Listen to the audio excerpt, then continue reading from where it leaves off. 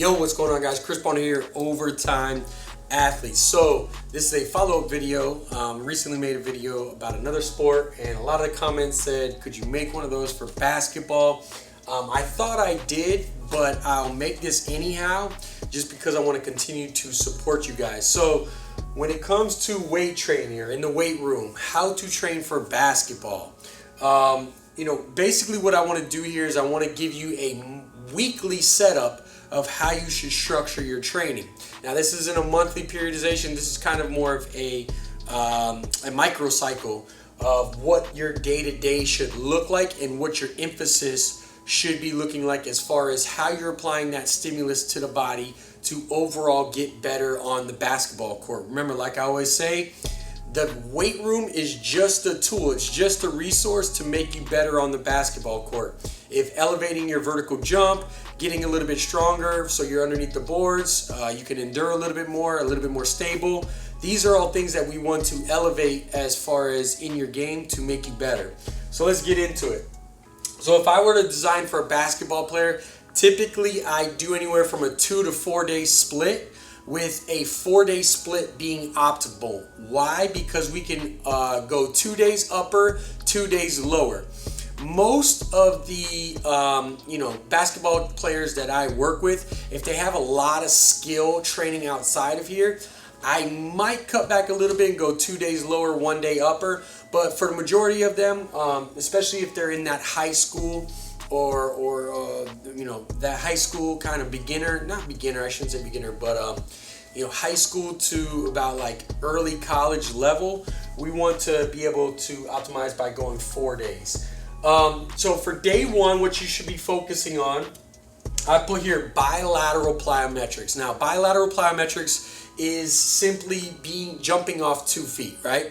So I've broken the plyometrics down into single leg and bilateral, right? I want to be able to build a solid foundation. So I might start off with force absorption, move to force production, but the big thing here is I'm generating force off both feet. So a lot of exercises like your box jump, your seated box jump, approach box jumps, broad jumps, double broad jumps, triple broad jumps, anything continuous, pogo jumps, squat jumps, alternating lunge jumps. Even though it's a lunge, you're still jumping off both feet. So a lot of things here where anything you're doing off of 2 feet, I'll build to an isolated, like a box jump, and build to something a little bit more complex, like a reactive broad jump.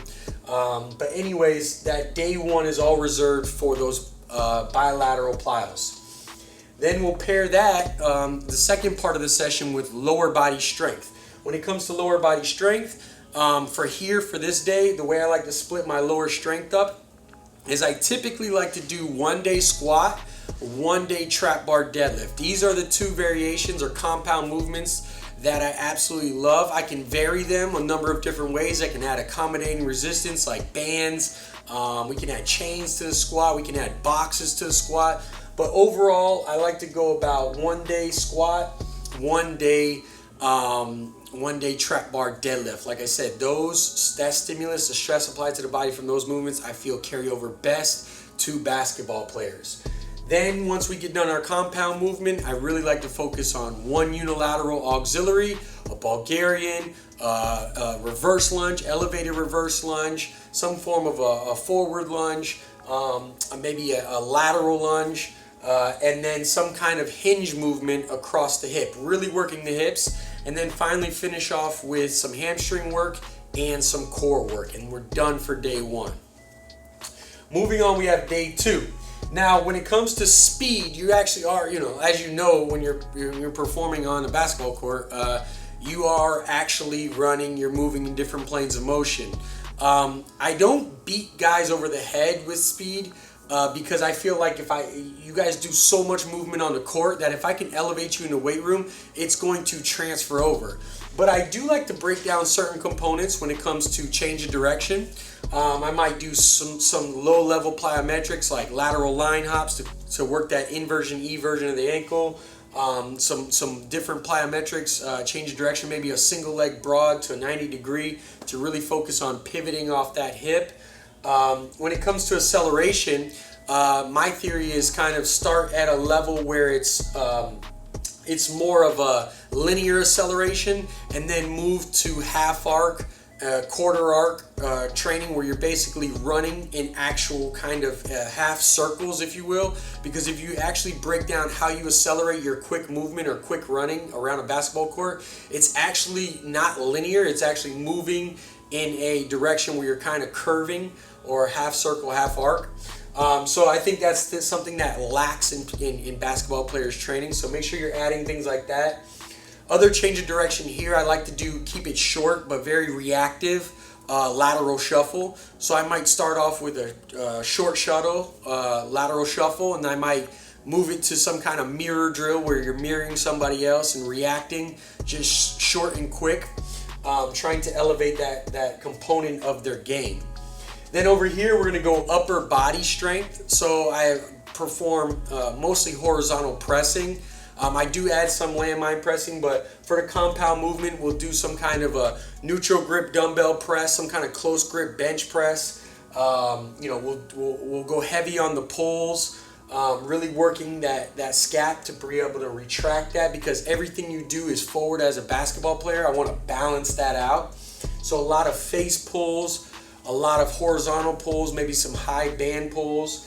And then I'll balance that out with some shoulder work, some arm work, maybe some tricep work, and again, finish off with some trunk work. Usually what I'll do is I'll take a day off. So this will be Monday, Tuesday, and then, say Wednesday's off. That's more of an active recovery. We come back day 3. We're circling back around again to lower body.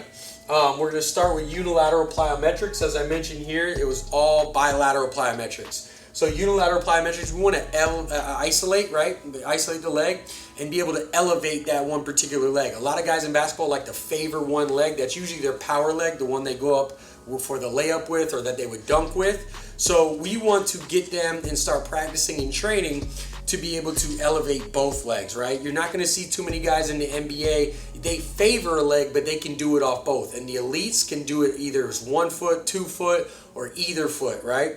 So we want to be able to isolate, do some series of single leg vertical jumps, single leg broad jumps, single leg skater jumps, moving in a lateral plane, anything of that motion. And again, I ascend these movements by teaching force absorption, moving on up to force production. Then over here, like I said, lower body strength, the compound movement. Beginning of off season, when we're really focused on absolute strength, it's either going to be a trap bar or a squat. I might move into a little bit more power move later in it, where I add bands, add some form of a tempo. And again, it's going to mimic the same lower body strength there. Just making sure that we're hitting across majority of the strength movements that's going to elevate their performance. Day 4 is where it changes up a little bit. I put power here. Now, when it comes to power, we're talking speed, time, strength, right? And really what I'm looking at here, what a day that I absolutely love for basketball players is including med balls. So you're being able to do a backwards med ball toss, some form of a vertical toss where they're throwing it straight up in the air. I love a forward chest pass. I also love some form of a med ball side toss to be able to work the rotational component. And the whole objective here is to be able to move a small resistance as fast as we possibly can, which will ultimately elevate. This is where we start to kind of transfer a lot of that speed, or a lot of that strength, into power, into speed. And I'll play around with the weights on the actual med balls and the actual movements that they're performed to, again, progress them and advance the movement. And then we'll finish off with upper body strength. Usually by this day, this is day 4. This is either a Friday or Saturday. A lot of the guys, it's the end of the week. I might add a little bit more bodybuilding. A lot of guys I get in here are usually typically, you're tall and lanky guys. So I might try to add some structural components to it, but I might also add a lot of volume as far as the upper body goes. Just to get a little pump work in. But for majority, we want to hit, again, another push-pull as far as their overall strength, movements, compound movements, and then from there, maybe isolate.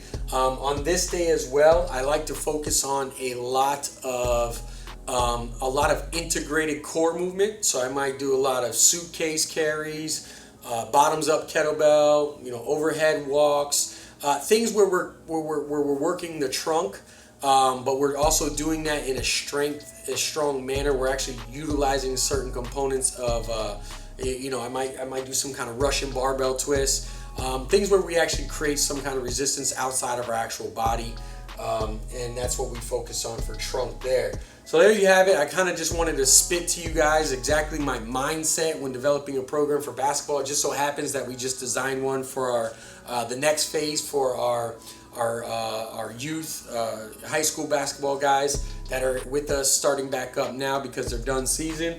So I wanted to make a video of it and give you guys the behind the scenes mindset of how I create that program on a weekly basis. I hope this helps. Drop me another sport down below that you guys want me to get on, and I'll holler at you guys next time.